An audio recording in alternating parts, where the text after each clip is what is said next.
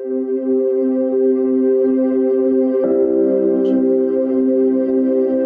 is our nature to explore, to go places no one has ever dreamed, to redefine what is possible. It is our calling to create, to transform the world around us,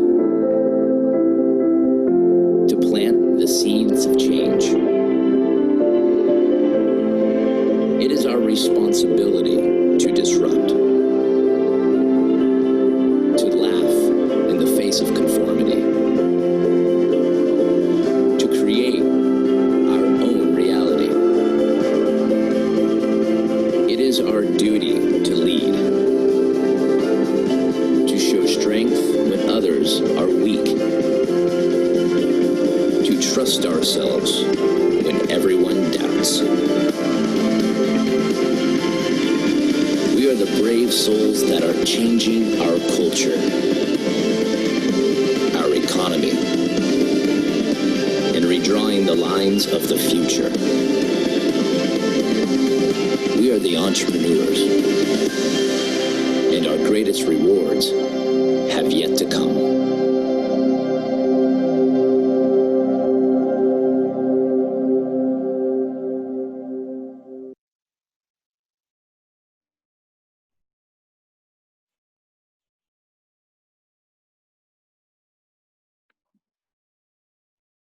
Sorry, Amy, you are mute.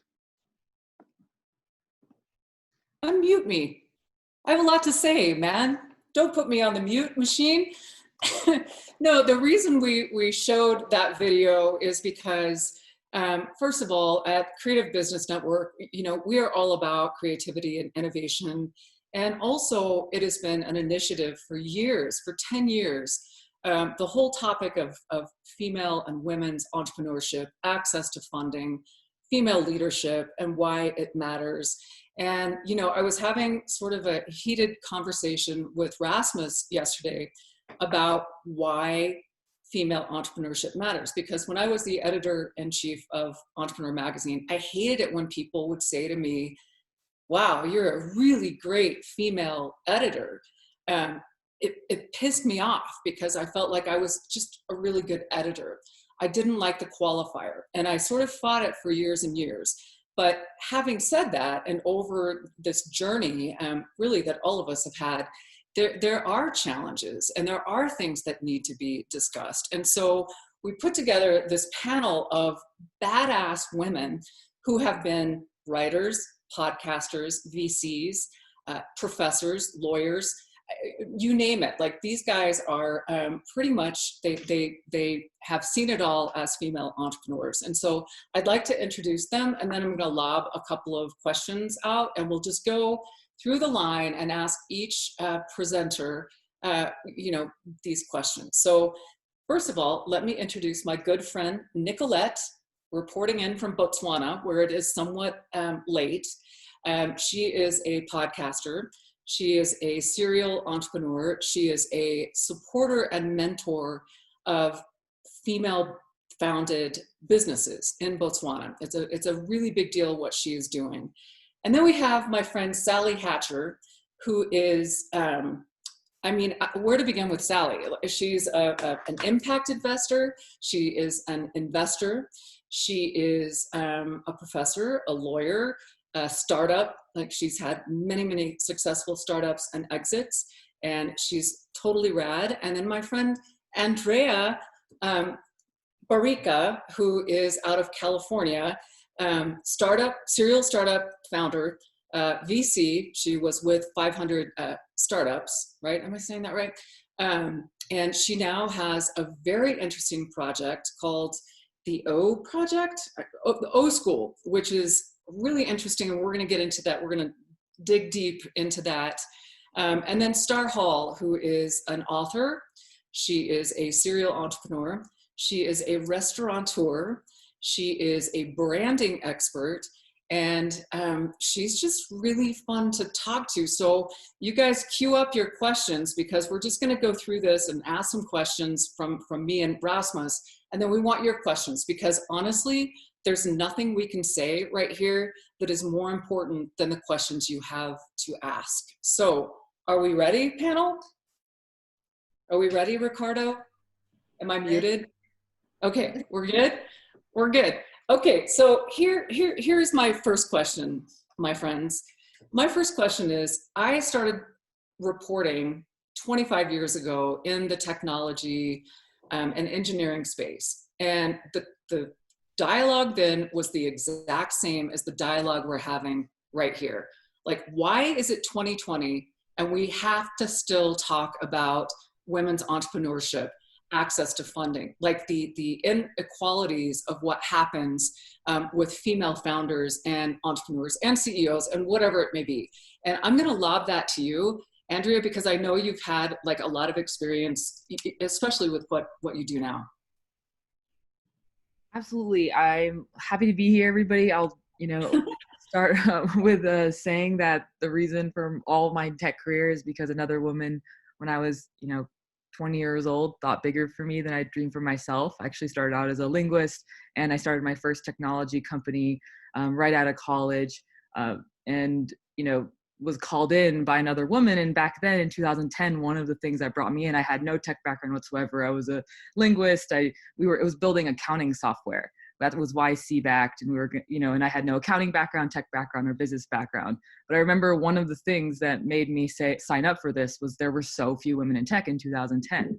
And so I think like when we look at the way the entire industry is, I think I always go to the funding, actually. Yeah. People attack why are there no, not enough women leadership, CEOs, VCs, and they, there's, I think, so many different solutions for this that have popped up. But at the end of the day, like the largest institutions are funded mostly by, men or like limited partners, which then kind of trickles down into VCs, general partners, which trickles down into who gets funded. And so like, I think you have to look at, the system. And then we have also right now some of the biggest, the representation of lived experiences in tech just aren't there still. And it just always starts with the DNA of the founders. You can spend billions of dollars on diversity and inclusion, but if it's not incentivized and supported by the absolute tops of organizations, you're just not going to see those ripple down effects, no matter how many, billions you throw into diversity inclusion conferences.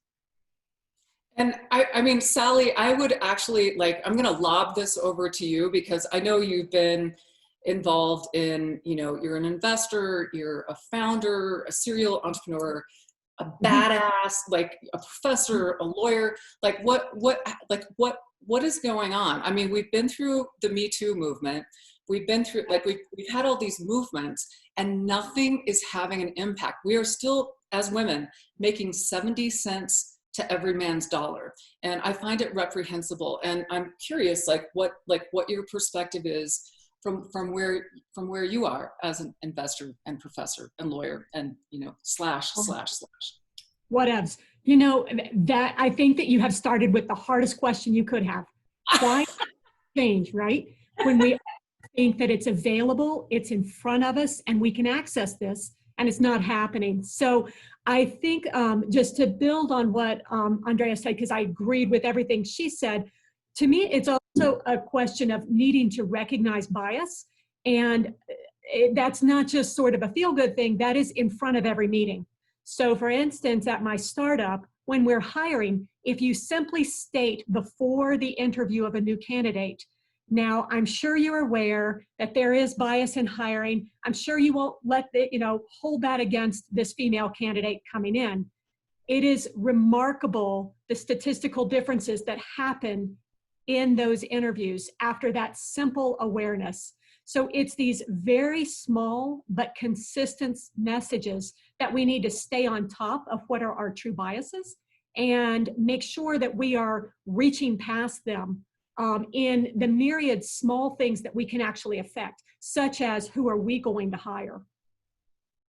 And so, Nicolette, I'm very curious to have you weigh in on this topic, because your perspective, out of Botswana is very different. I know you've had a hand in a lot of startups and a lot of female founders. Like, talk to us about, like, what we're talking about right here is very US centric. And we need to move the conversation outside of the borders of this country. And so I would love to hear what you have to say. I would say that the biggest problem is lizard brain. It's just really lizard brain. I was having a discussion today with one of the potential producers of my podcast, and we were talking about feminism. And he was like, you know, feminism isn't really needed because we don't need equality between the sexes. You know, this isn't a problem.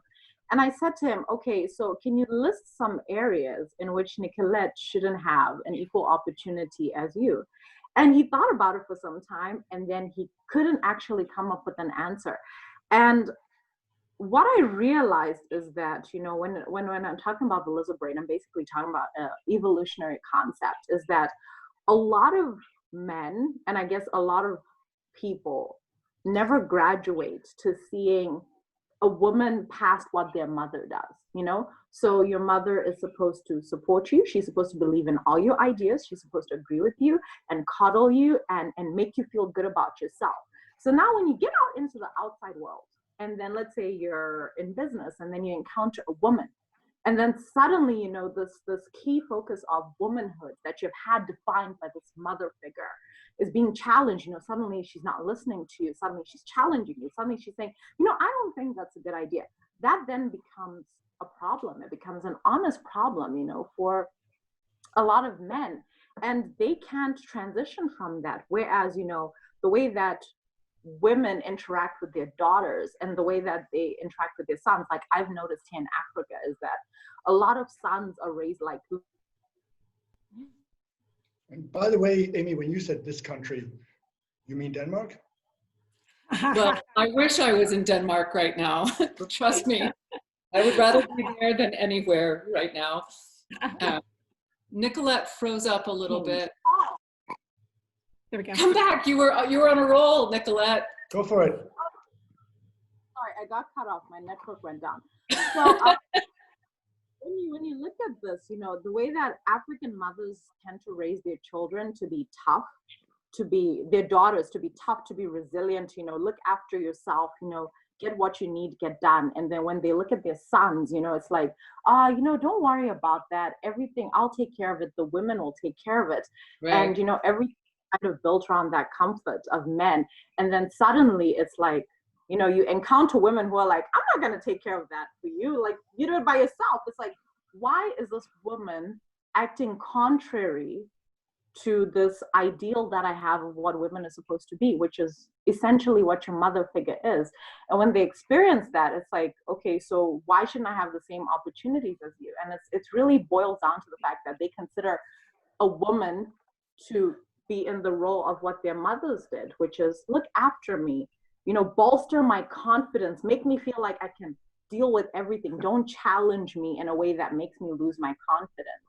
So that, I think that is the main issue that we have, is that people tend to view women as either mother figures or as wives.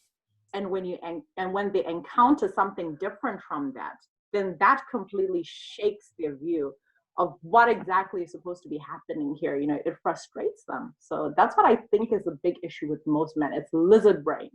Just like, no, this is not what. Except for Rasmus, though, right? Except for Rasmus.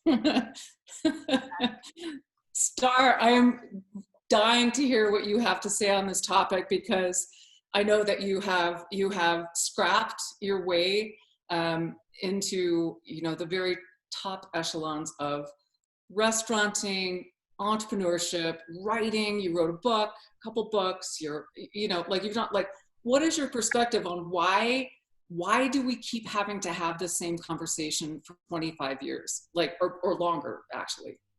Yeah. I love what I'm hearing, by the way, from other parts of the globe. And my experience and my take as an entrepreneur, I've been an entrepreneur since I was 9 years old, not by choice, now by choice. I think that women, just even the clients that I work with currently and in the past, tend to get in their own way too. I think that's important to talk about. A lot of women I work with, and even myself, I found I was rejecting myself before allowing anyone else to. And so I think there's a lot of conversation that needs to happen around that as well, because of all of the issues that we're talking about that have, come up as a female entrepreneur. We also need to find in ourselves the confidence. And for me, I don't know what no means. Like, I don't know what I can't do, right? So that keeps me going. And I've learned that. I haven't always been that way. But a lot of women just get in their own way. And I think that's a huge thing to talk about, mindset and confidence. I've gone for funding for some of my companies before. And Amy, you were consulting with me on a last company that I was going for some funding. And every single investor happened to be a male investor. Interesting. And I got so frustrated, I just said, forget it. I'm going to do this myself. I'm going to go get sponsors instead and partners instead of actual investment funding, and which I did. So I'm kind of digressing a little bit, but I think women tend to get in their own damn way, and we need to teach them how to not to. There needs to be some mindset, some confidence courses, that not just online self-taught, but like mentorship too. Mentorship is so important for women. I've been talking about this for years, and I'll just say it. I'm in my 40s now. I'm not going to say where, but I have for my whole adult life constantly looked for female mentors. I've reached out to some that I've admired, never heard back from them. I always try to step in and mentor if I'm asked in any way I can. And that mentorship piece I think is missing too. It's like, make some time in your schedule to mentor these women, have a 10-minute conversation every 2 weeks, or, I could keep going. I need to stop now. No, but hang on a second, Star. So just going back to what you're talking about, that women get in their own way. Okay, so how do we get past that, right? Because I've heard that a million times. And, in my career, it's always been, I am good enough to, I'm good enough. I can hang with the men, I can hang with the boys. But then when you take a couple steps back, okay, is that what we need to be doing? Or is there a better way to be a female leader? I'm just curious your take on this. And I want to hear from all of the panelists on this, because I am unapologetic. Can I maybe just add that if anyone of the participants in the audience of this webinar have questions, write them in the chat, and we will, Amy and I will take them up later. And I have an additional question to Amy's, because we have a linguist, we have an author, we have an editor, and Sally mentioned it herself, words. So what is the words, the narratives, the importance? I remember this quiz that you have two elephants sitting on a log, and there's a big elephant and a small elephant. The small elephant is the son of the big elephant, but the big elephant is not the father. How can that be? And people really scratch their head. Why is the big elephant not the father of the little elephant? That's the son. And it takes a while for people to realize it could be the mother. So how much does words we use influence the way we behave? It's a good question.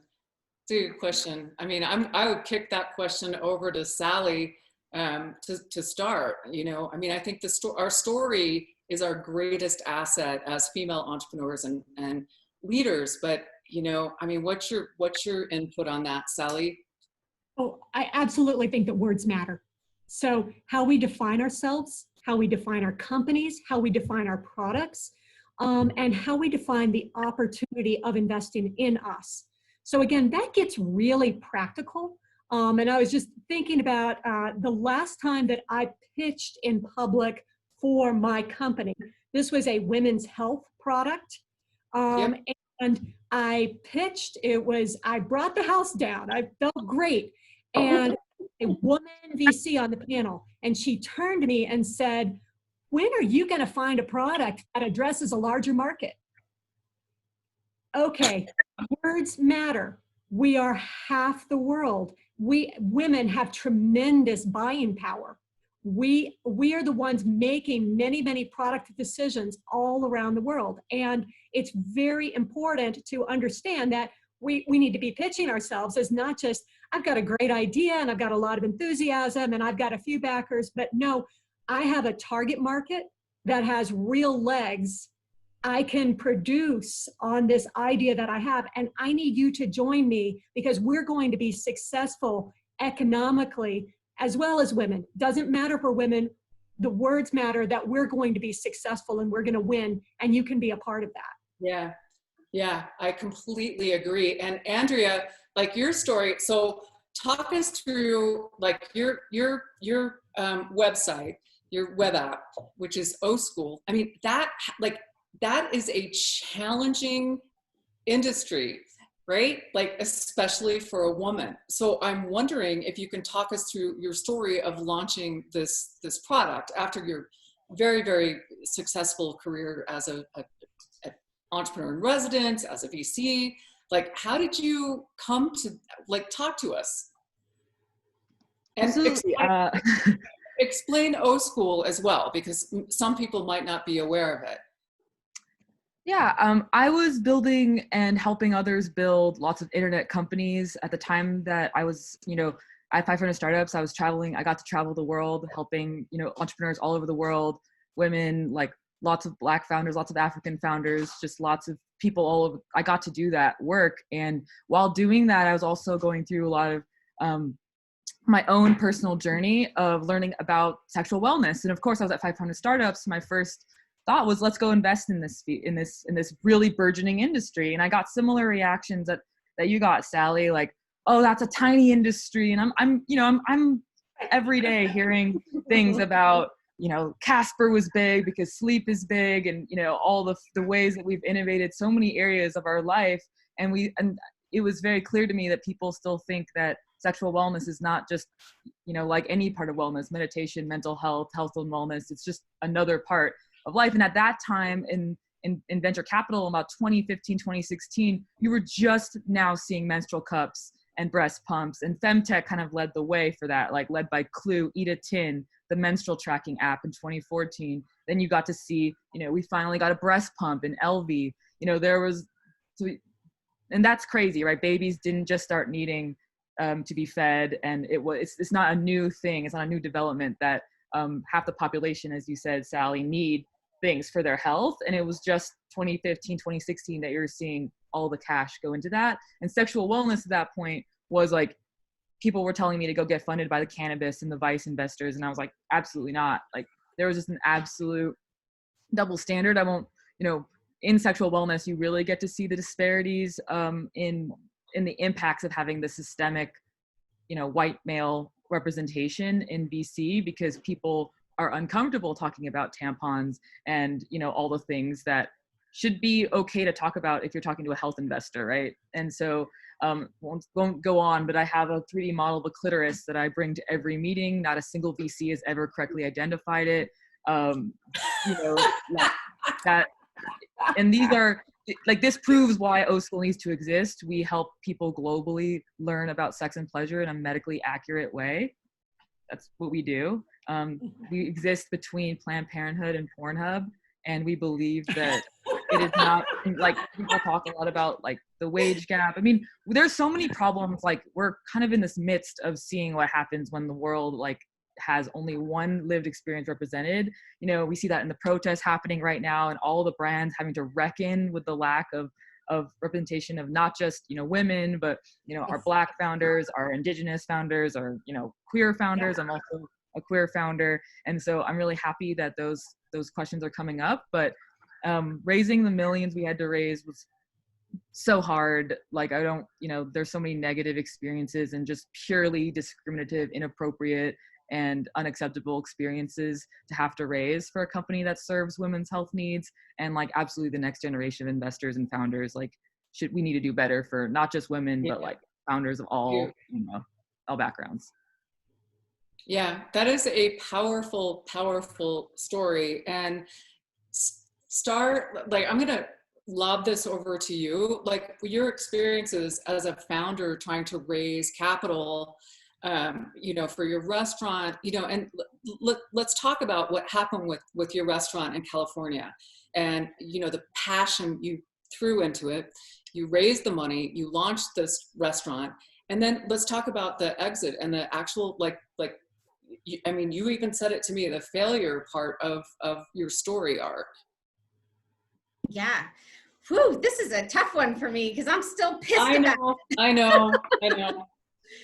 It was a lifelong dream of mine. I'd been, you know, a publicist representing chefs and celebrity chefs and restaurants for some time, and decided that I was going to open my own where I live in Santa Barbara, California, in that county. And so I had this vision of it. It was called 6 Degrees of Separation. I wanted it to be a community hub, a community restaurant where people get together and they eat and they have great coffee and they, you know, seek funding and meet, you know, different people. And it went really well for a year. And it was great. We were, you know, 4.9 rated and bringing in the revenue. And then by year 2, it started declining. And and I realized that after, by the way, we closed it, I realized where I went wrong. Number one, I didn't even listen to my own rule in branding, which was mind-blowing, which was I was kind of starting to let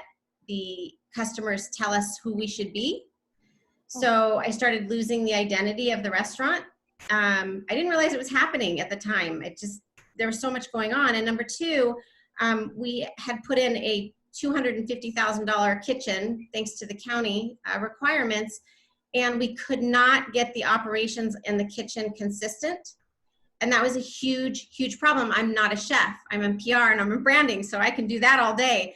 And so in the end, you know, I walked away. I turned the keys, and one day I woke up. I couldn't take the stress anymore. I turned the keys, walked away, gave severance to all the employees, and wished them well. But I guess my lessons out of that were, it was beautiful. It still is. It's still a beautiful building that we just made in this community, a community place to gather. But my 2 lessons were, number 1, with that, and by the way, we paid back every penny that we borrowed. Every single penny. That was a good feeling, because that doesn't always happen. Nope. Dollar for dollar. Woo, almost lost our home, but that's another story. Anyway, it was just, don't let people start to tell you what your identity should be, what you should carry. And I did, and it was a misstep. So anyway, that was. But it was also a success. I mean, you have a lot of, you know, you've written for the Creative Business Network, and you've told your story. And I think that like one of the powerful parts of your experience is that you share it. And I think for female founders and entrepreneurs, that is, you know, it's like the conference in Silicon Valley, FailCon, where everybody comes together, and they're all men, right? Sorry, Rasmus, but they're all men, and they come together and they talk about their failures, right? And we as women are less likely to do that. And I think it's an important thing to share, like, your experience. And, you know, failure is not the end of the world, right? Like, you can keep going, and you can do really cool stuff, and you keep reinventing yourself. You keep redoing your hair. Like, I mean, I know it's pandemic hair right now, but Nicolette, like, can you weigh in on your experiences in Botswana, which is a totally different, you know, a different thing for us? Like, talk to us about that. Yeah. You know, someone was just talking about, you know, losing one's identity. And as a business coach, one of the first things that I do is I ask the people that want to work with me, you know, do you know who you are? You know, have you done a temperament test? Do you know what your personality is? What is your life purpose? And I often share this about how, you know, when I was growing up, I was raised by a single mom.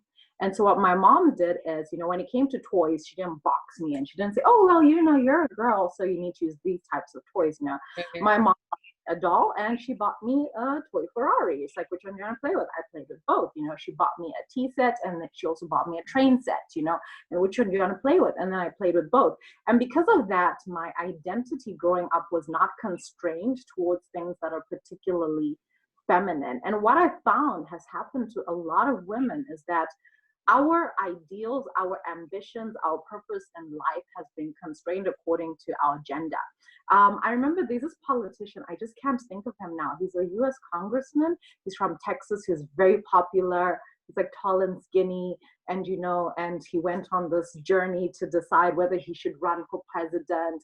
And everyone was like, oh, that's nice. He's a man. He can just like go off for a few months and decide whether he wants to run for president and have that whole journey. But as a woman, you can't do that, because if a woman did that, I'm like, hey, what about your kids? Who's looking after your kids? So we also don't have that opportunity to kind of explore who we really are. And the thing that I always tell people in terms of building a business is that your business should speak for you. If you're a dynamic, fun, happy person out there, people should be able to associate who you are in business and your business. They should see your business and go, yeah, I know that's something that Nicolette would do, And those two things need to be aligned. But if you don't even know who you are, because someone had mentioned before how, as women, we get in our own ways, So sometimes, you can have this bold, audacious idea, and then you tell yourself, no, I shouldn't do that. I shouldn't be aggressive. You'll get into a negotiation, and because you're kind of raised as a woman to be demure and polite, you don't say what you want to say. You don't like call someone out and say, look here, this is nonsense what you're saying, and I'm not going to go for it, because if you say that, you're bossy, you're not a leader, So I feel like women need to discover who they really are outside of the roles that have been set for us and outside of the roles that people want to bring on us. Like, I have this fantastic experience today where somebody posted on something, someone commented on something I posted on Facebook and said, you should share more things like this. They're more happy. And I was like, so what do you think of what I usually post? And he's like, you always sound so angry, so pissed. And then I was like, so I was ready. You can tell why we are lucky to have Nicolette as our partner for Botswana, and we have partners all over the world. And if some of you might want to ask some questions, I can see we have Wisa from South Africa present. We have Olesa from now I have a blackout. This Moldova, the small country. Moldova. Wonderful Moldova. We have Gela from Georgia. And who else did I see? We have Ayla Matalon, who will help with Israel. And maybe, Ayla, you can tell us, or tell and ask, is there full equality for men and women entrepreneurs in Israel? No. Thank you. Now, Olesa, no. When my father once decided to clear the attic, and he found a paper that I wrote in high school between, I was 17 years old. And it was interesting to see because the first page said, I hope my children read this paper as a historical paper. It was a paper about the situation of women in society. It was not a historical paper in any way at all. And things are really bad here, really bad, for a number of reasons. One is that in the army, men do stuff which is, close to impossible, very hard, some of them. And then they get a fantastic network by doing this, okay? And this is something women rarely get. But they also join the army, don't they? The women go to the army. When I was in the army, I could not go beyond a certain level because they assumed that I would not do enough reserve service, okay? So I was already limited in my know-how in the way that I would. And my first child I had at the age of 38. They usually don't take mothers with children. But I left the army at the age of 20 and I had 18 more years that I could do reserve service, okay? So you get limitations all the time. And, my mother actually was, she didn't have a much of a career. She came to Israel at the age of 17. She didn't have she didn't continue studying. But she was always, talking to me about feminism and stuff. And at the age of 35, I found myself getting myself a private pilot license, which is really great. I didn't have the time to continue piloting a lot, but for the year or two that I did here in France, it was fantastic. Yeah. And I did a lot of things that other people don't do. But things haven't really changed there. You would say that in Denmark we have great equality. We have a queen and we have a female prime minister, but only 1% of all the investment goes to female founders. So there's still some problem there. By the way, I forgot to mention Joanna from Namibia. We just had an investor webinar where one of Joanna's great startups were presented. So just so you know that you're all welcome to take the word and ask the question, write the question in the chat, and then we'll pull you out and ask it to the panel. But over to you, Amy. Oh, thank you. Also, Rasmus, I have my wrong glasses, so you're gonna have to help me with the question asking. I'm sorry, everyone. However, what I would like to ask of our panelists, and really it would be much more impactful if we could invite the conversation from everyone. But my question to all four of you, successful, experienced women, what your advice is for the advancement of female entrepreneurship. Like why am I having the same conversation that I had 25 years ago when I was, 19 years old as a reporter? Like what needs to happen and how can we make it change? I mean, I think we've been over some of it, but let's start with you, Star Hall. Let me unmute. Okay. My quick answer to that, I believe, is women that are in a place to give more and mentor need to introduce females to connect, do more connection. I don't see a lot of that happening even where I live here in California. It just doesn't happen. Like, do some more connective groups. Like, Star, you need to meet this person and this person and that person. Let me connect you here. I think connection is missing between women still. Even women that think they're giving and mentoring, maybe just stop to think, like, who can I connect? She wants to start something here. I got to know someone in my Rolodex. Let me get them together. I think connecting women with women or whomever, I mean, it could be men, whatever. That needs to happen every single day, all the time. Yeah. It needs to be in our DNA. Just connect. Yeah, I completely agree with that. And I think it's challenging, because we're still in a position of transitioning. And Andrea, I am so curious, your take on what your advice is for, female entrepreneurs around the world trying to create an impactful change, and how you would advise them, because I know you're a wanderluster. I know you have started things up in challenging times, and I'm very curious to hear your take on this.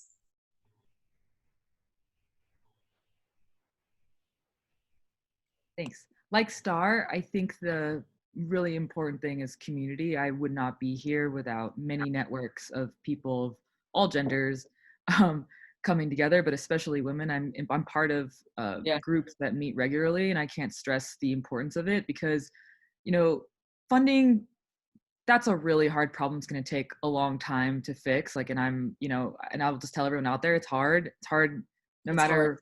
And it's harder when you're a person of color. It's harder when you're, a woman. It's harder if you, are in a space that is in social impact. So it's just hard. And so the only real tangible advice I know every entrepreneur can take is build a mental health and community support system for yourself. It's so hard that I don't know many people who get, by without those 5 numbers they can call. And the thing about community building is there isn't a very clear ROI from it. You have to just keep building those relationships and giving back to a support system, not just taking from it. And so I just really recommend everyone to not give up. And it's hard. I'm in it right now, raising through the pandemic, raising money on Zoom, grinding always. And it is only because of the support systems that I've built and the mental health. I really have to say that, get a therapist, do all the things to take care of yourself, because when the challenging times hit, the investors may say no, but it's not over when you run out of money. It's over when you get burned out and tired and want to give up, right? Because you can always run out of money, take a shower, get some food and water, and then go back out again, right? It's always possible. It's never over. And so the things we have to maintain is our longevity as people, through it, healthy people. And your experience, like at 500 startups, like when you were the entrepreneur in residence at 500 startups, like how did that inspire you to have these words of wisdom? You know, like you experienced, you know, the startups, the failures, all of this stuff. Like, how did that change you, and how did that bring you to the position where you are with O School? That's a really good question. So I actually started out as a founder, did venture for 2 years, went to the dark side, right? Learned all the secrets. That was cool. And then I went back into founder mode. And I will say that as the second time around, you don't ride the roller coaster as hard. Like Right. You learn, like wisdom comes from like the highs aren't as high, the lows aren't as low. And you know that, you know, you like the hardest part, I think, and I talked to a lot of serial founders about this, is you start to not romanticize or get your identity too attached to your company. Like my worth is separate than how O School is doing. Like if my happiness was based on how our analytics dashboard was, like, you know, that would be a hard roller coaster to ride. And so learning really that part of it, I would say it's an ongoing journey. You learn it and then you unlearn it and you have to relearn it. There's just, you know, cycles of that. So yeah, I would say that's the biggest thing. And then also like, just how persistence through all of the hardships and failure. We've all talked about failure already, but that is, I think, when you do it multiple times, you make better mistakes. How about that? You keep making mistakes. I think you just so. continually making better mistakes. Yeah, I'm really proud of my mistakes lately. Like, I think it's going well, mistake-wise. And that's so true. There's gradients, Amy, right? I mean, there are better mistakes. Yeah, better at making mistakes, recovering from them, and then making smarter mistakes. It's a wonderful skill to learn. And the ability to, you know, as Star talked about the confidence issue, the ability to step past yourself and say, oh man, that hurt. You know, I just smacked my head on the concrete, but I'm going to get up and I've really learned something. And I've actually done this better than I did it the last time. And I know where to go next. That's invaluable. Yeah, but keep going, Sally, because I know you and I know your work, and you are a modest human being, but you are a very successful startup, serial entrepreneur. You are a VC, an impact investor. Your husband is a physicist. I mean, what? What more advice would you give to the women around the world? You know, I really liked some of the thoughts today on community and building your network. And we talked about how words matter. So one of the ways that I would frame that is surround yourself with strength. So we're looking for advisors. Advisors come in all different ways. Some of them are just there for your mental health, to support you and be a sounding board. Some of them have subject matter expertise. Some of them have a kick-ass network that can help you get to the people you need to get to. Surround yourself with these people who are just going to help you when things are tough, when things are hard, when you're confused, when you have to make a difficult choice. Have people that you can reach out to, and that will lift you up, and then you can do the same for them. And so we have about 14 minutes left of this webinar. We've been doing women's entrepreneurship since 2013. In the second year, we started having sessions on it. And in 14, we had Amy Kasper join us together with a power crew of women jury members. Christina Boutari from Greece, Hala Tomisdottir, who was a presidential candidate in Iceland later on, Liz Wald from Indiegogo, etc.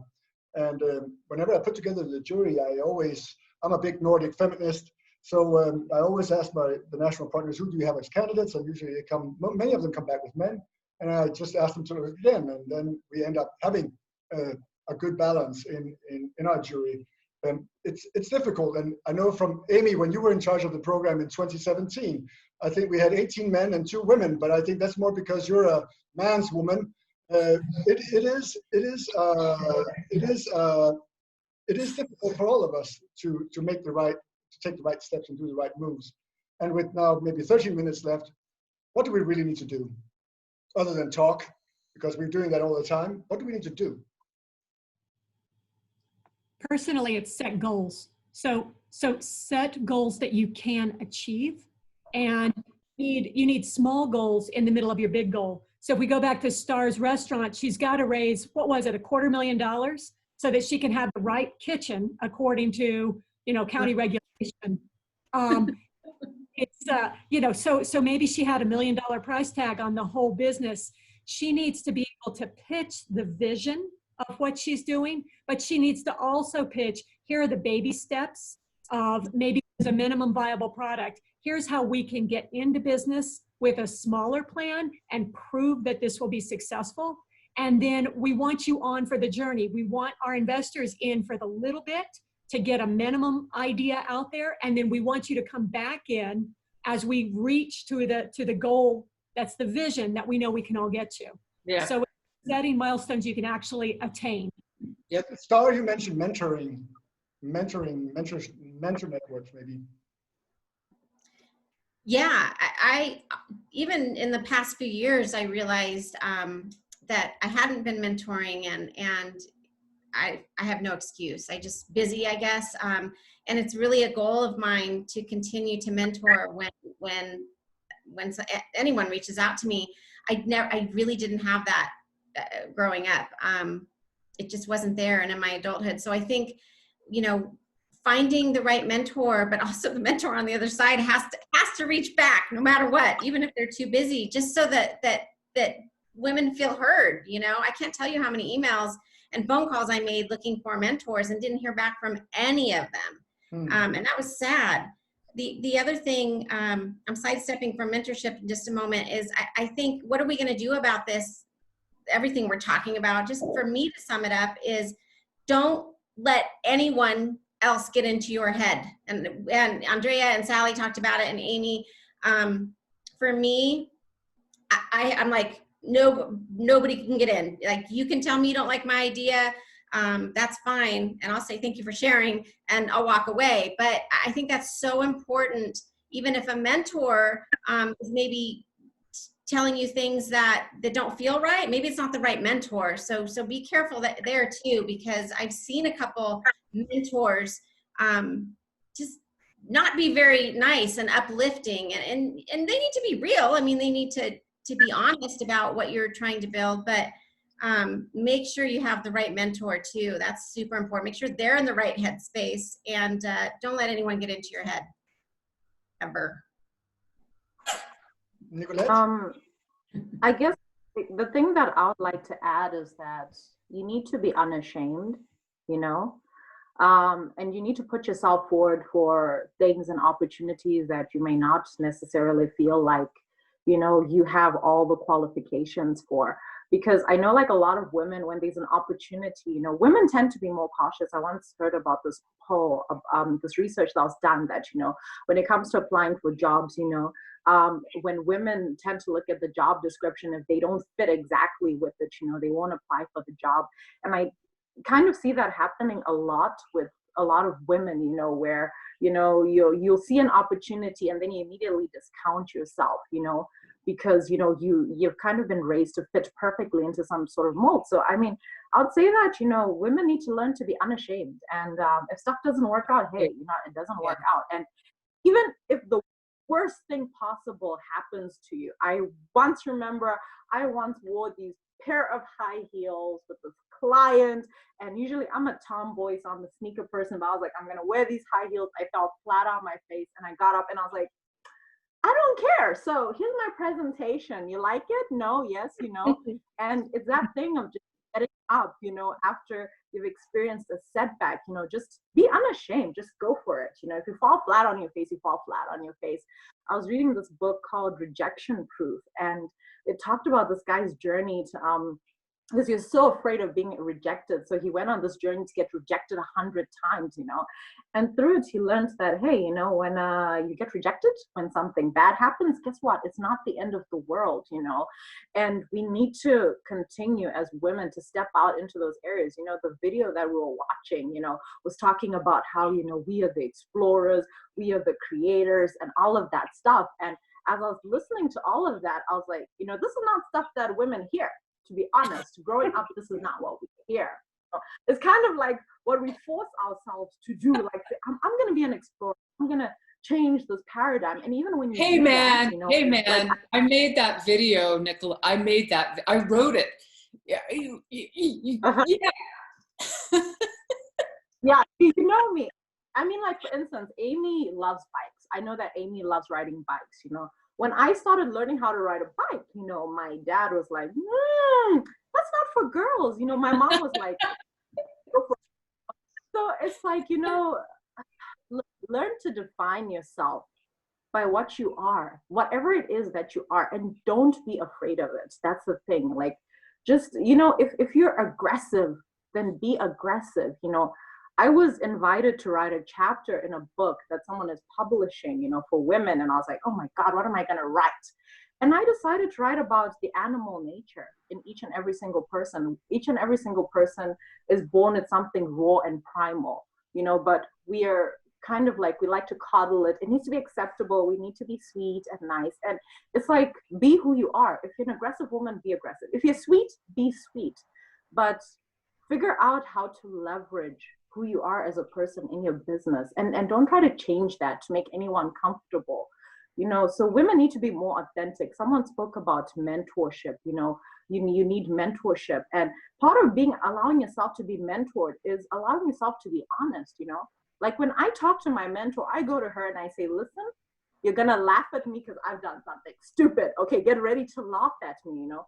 I'm not trying to, you know, put a facade or change who I am. So women need to be honest with yourself, and bring that honesty into the world. You know, if you're going to walk in and be aggressive, then be aggressive, but be honest with yourself. Be honest with your mentors. Be honest with the world, you know.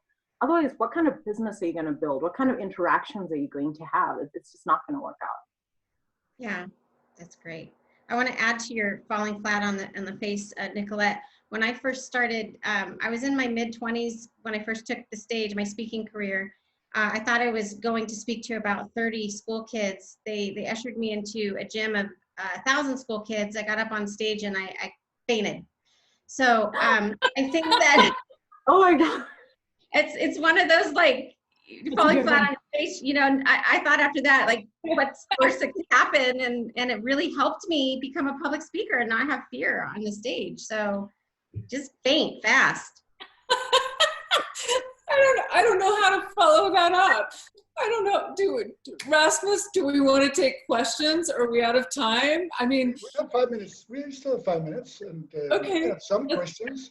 Yeah, but before you start asking them, let me just say to this panel of these women who are inspiring other women, thank you. Thank you for what you're doing, and thank you for your message, and thank you for the words that you speak, and keep doing it. And I am so honored to have you all with us, with Rasmus at the Creative Business Network. And you can ask the questions because I got my wrong glasses, Rasmus. You don't need to wear glasses to appear intellectual. It's okay. Well, let me see, how much time do we have now? We only have 4 minutes left. The heated discussion that Amy and I had last night was, I can reveal that, I guess, that Amy kind of came from the point of view, do we really need to focus on women entrepreneurship at all? As you said in the beginning, Amy, that I'm an entrepreneur. I'm not a woman entrepreneur. I then started off on a rant saying, well, you haven't thought of the women in Saudi Arabia nor that is true. Or Pakistan. But then we don't need to go that far. We just need to go to Denmark with 1% of all the funding going to female founders, etc. So it is all over, and it's systemic. It's systemic, and it's in the system and in our bloods, and we're not even aware of it ourselves. The discrimination that takes place, but also from a pure economic point of view, there are solutions out there that are not being funded. There are opportunities that are not being given to people that could actually come up with great stuff for us all. And that is, if you want to be a bit cynical and not talk about the rights of women and anyone else in this world, And it's also just stupid. And I think that's something that we sometimes lose in this discussion.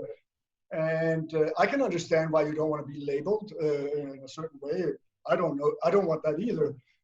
But there is still a fight to fight. There is.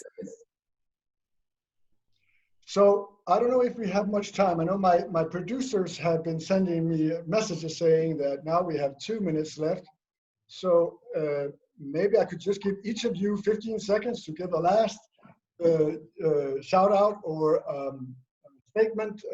This webinar has been recorded. It's also been sent out on Facebook Live, so you can see it again. We will send out the links that you provided. You can provide more links after, something you thought of, or cases or publications or whatever you want.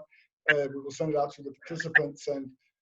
And you saw that I posted in the chat that Bright 2020 will take place as an online event from the 29th of June. Go to cbnet.com/Bright20. So anyone else that wants to make a last statement before we are? Can I just say one thing to my friends on this panel today? Thank you for your authenticity and your originality and your honesty. And you know, we have a lot of work to do, but we will do it together, and we will have a movement wherever it may be. And I appreciate all of you. Like, it's just lovely to have such a diverse, interesting, weird, nerdy group of ladies.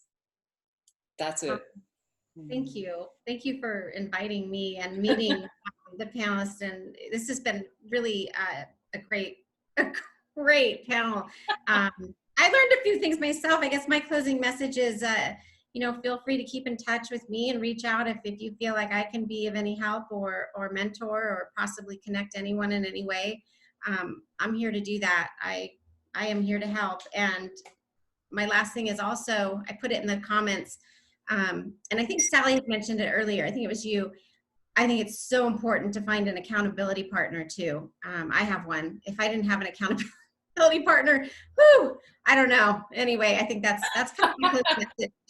Yeah, it has to be very short. You can see that Ricardo is moving around a lot. So Ricardo, do we need to close off now? Yes.